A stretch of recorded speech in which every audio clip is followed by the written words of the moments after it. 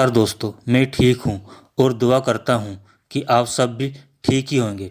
आज की कहानी है राकेश दुर्वे के ऊपर एक मर्डर मिस्ट्री जो आज तक कभी सुलझ नहीं पाई। कहानी की शुरुआत होती है सन 2009 से। यह कहानी आठनेर सातनेर गांव की है। राकेश की मम्मी गवर्नमेंट जॉब में कार्यरत थी। एक दुर्घटना में उनकी मौत हो गई। उस समय राकेश के परिवार में उसकी एक छोटी बहन और एक बड़ी बहन रहती थी। बड़ी बहन की शादी हो चुकी थी और छोटी बहन अपने मामा के साथ रहती थी। उस समय राकेश की आयु 17 वर्ष थी। राकेश जब 2 वर्ष का था जब उसके पिता का देहांत हो चुका था। राकेश पढ़ाई में शुरू से काफ़ी कमज़ोर था, इसलिए उसने पढ़ाई छोड़ दी। वह 8वीं पास था। इस दौरान राकेश की मम्मी की नौकरी उसे 18 वर्ष पूर्ण होने पर मिल जाती है।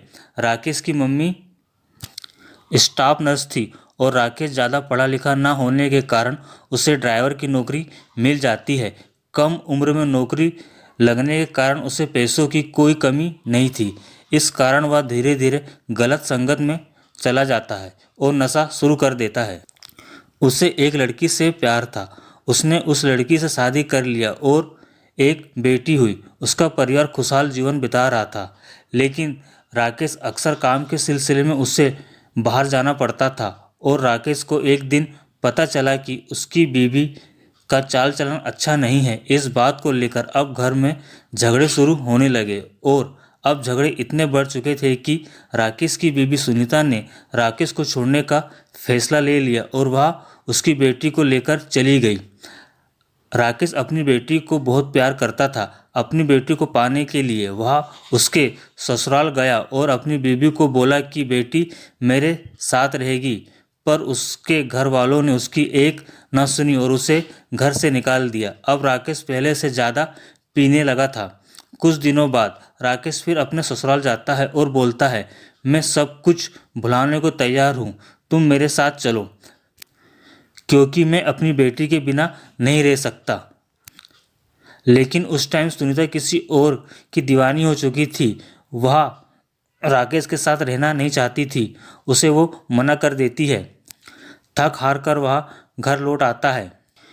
क्योंकि राकेश की नौकरी कम उम्र में लग चुकी थी, इस कारण उसने 18 वर्ष में ही शादी कर लिया था। इसी दौरान उसे पड़ोस कि एक लड़की से प्यार हो जाता है।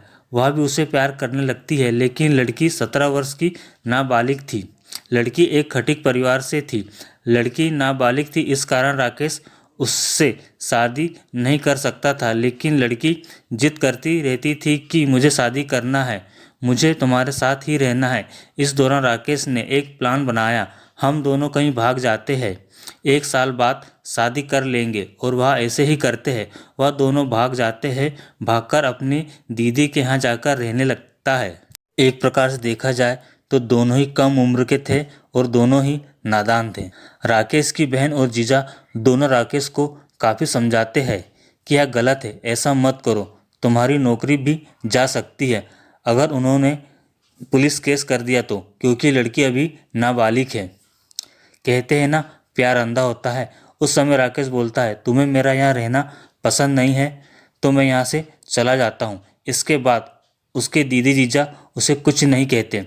लड़की के घर वाले पुलिस में रिपोर्ट कर देते हैं और पुलिस मोबाइल ट्रेस करके उसके दीदी जीजा के घर करीबन रात 1 बजे पहुँचते हैं और वहाँ पुलिस वाले लड़की को उसके घर वालों को देते हैं और राकेश और उसके जीजा को पुलिस वैन में बिठा कर ले जाते हैं। राकेश बोलता है, मेरे जीजा की कोई गलती नहीं है, उन्हें छोड़ दो।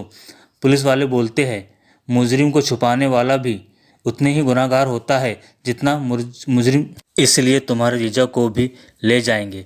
पुलिस वाले रास्ते में राकेश को काफ़ी मारते हैं, लड़की के परिवार के सामने, और उसके जीजा को भी पुलिस वैन से नीचे उतारकर लड़की के घर वाले राकेश को बीच सड़क पर काफ़ी मारते हैं, वह भी पुलिस के सामने। और यह सब पुलिस अपनी आंखों से करवा रही थी। राकेश के जीजा को तो छोड़ दिया जाता है बाद में, लेकिन राकेश को जेल हो जाती है। राकेश 1 महीने बाद जमानत लेकर छूट जाता है और उसकी दीदी को फ़ोन करता है और बोलता है, दीदी मैं 1-2 दिन में आपके पास आता हूँ। यह उसकी दीदी से आखिरी बात हुई थी। अगले ही दिन राकेश की लाश एक नाले में पड़ी हुई दिखाई देती है। एक बस कंडक्टर को जो उसे जानता था वह उसके परिवार वालों को खबर देता है। जैसे यह खबर उसकी दीदी को लगती है, मानो उनके पैरों तले जमीन खिसक जाती है। राकेश के दोस्तों से पता चला कि वह उस लड़की से मिलने उसके मामा के गांव गया था और वहां उनका झगड़ा हुआ और उसी इलाके के नाले में उसकी लाश पड़ी हुई थी। जब लाश का पोस्टमार्टम कराया गया तब पता चला कि पानी में डूबने से मौत हुई है। लेकिन उसकी दीदी का कहना था वह बहुत अच्छा तैराक था, उसने कई बार जानवरों को कुएं से बाहर निकाला है। ये राकेश की फ़ोटो है जो उसकी दीदी ने मुझे दी थी। वो एक छोटे से नाले के पानी में डूब के मर सकता है, लेकिन पानी में डूबने के कारण शरीर पर कोई फिंगरप्रिंट के निशान नहीं थे। आखिर उसे खुदकुशी करार देकर फाइल बंद कर दी गई। आपको क्या लगता है, यह खुदकुशी हुई है? अपनी राय कमेंट में ज़रूर लिखें। अगर आपको यह वीडियो पसंद आया हो तो प्लीज़ लाइक करें और चैनल को सब्सक्राइब करें।